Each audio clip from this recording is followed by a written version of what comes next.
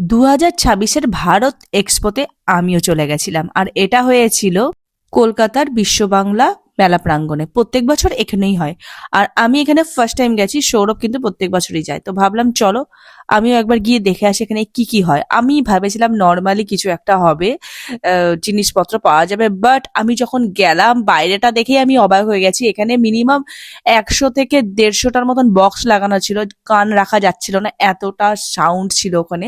আর ভেতরে জায়গাটা তো মানে সাইজটা তো ছেড়েই দাও, ভীষণ বড়। ভিডিওতে বুঝতে পারছো কিনা না জানি না। এখানে যে এলইডি স্ক্রিন থাকে সেই বক্সগুলো পর্যন্ত বিক্রি হচ্ছিল, তার সাথে প্যান্ডেলের কাপড়, বিভিন্ন রকমের ফুল যেগুলো আমি কোনোদিন চোখেই দেখিনি, লাইট, এলইডি স্ক্রিন, বাবলস। আর বাবলস গুলোর ভেতরে কিন্তু পুরো স্মোকি ছিল, মানে টাচ করলে পুরো ধোঁয়া উঠছিল, ভীষণ ইউনিক। তো আমরা এখান থেকে কিছু জিনিস অর্ডার করেছি। আর এই বছর খুব ইউনিক ইউনিক জিনিস থাকছে আমাদের ইভেন্টে, জাস্ট চোখ ধাঁধানো। যারা যারা এখনো পর্যন্ত আমাদের বুকিং করনি, অবশ্যই আমাদেরকে বুকিং করে নিও। আর এইগুলো পারচেস করতেই কিন্তু আমরা এখানে গেছিলাম। কি কি পারচেস করেছি অবশ্যই তোমাদের সাথে শেয়ার করবো। আর দেখো এখানে কত রকম ফ্লাওয়ার, মানে যে ফ্লাওয়ার দিয়ে আমরা ডেকোরেশন করি সেই ফ্লাওয়ার গুলো বিভিন্ন রকমের ইউনিক ছিল। আর লাইটিং তো দেখলে জাস্ট চোখ জুড়িয়ে যাবে।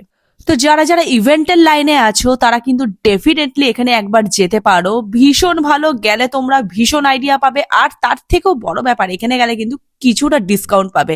আর যদি কারো ইউনিক জিনিস নেওয়ার থাকে তারা কিন্তু এখান থেকে দেখে নিতে পারবে। বলতে পারো এটা একটা ইভেন্টের এক্সিবিশন চলছিল। আর এটা হয়েছিল 31-1-2, এই 3 দিন ছিল। আমরা একদিনই গেছিলাম, সেকেন্ড দিন যাওয়ার প্ল্যানিং ছিল, বাট সময় হয়নি বলে আর যেতে পারিনি। তোমরা যারা এই লাইনে আছো আর এই এক্সপোতে যাওনি, আমি বলছি নেক্সট ইয়ার তোমরা কিন্তু একবার যেও, ভীষণ ভালো লাগবে আর ভীষণ ভালো আইডিয়া পাবে। তার সঙ্গে তো একটা ডিসকাউন্ট আছেই। তো যারা যারা নিজের ইভেন্টে একটু ইউনিক করতে চাইছো তারা কিন্তু অবশ্যই আমাদের সঙ্গে যোগাযোগ করো। এই বছর তো ইভেন্টটা ধামাকা হতে চলেছে। আজকের জন্য বাই।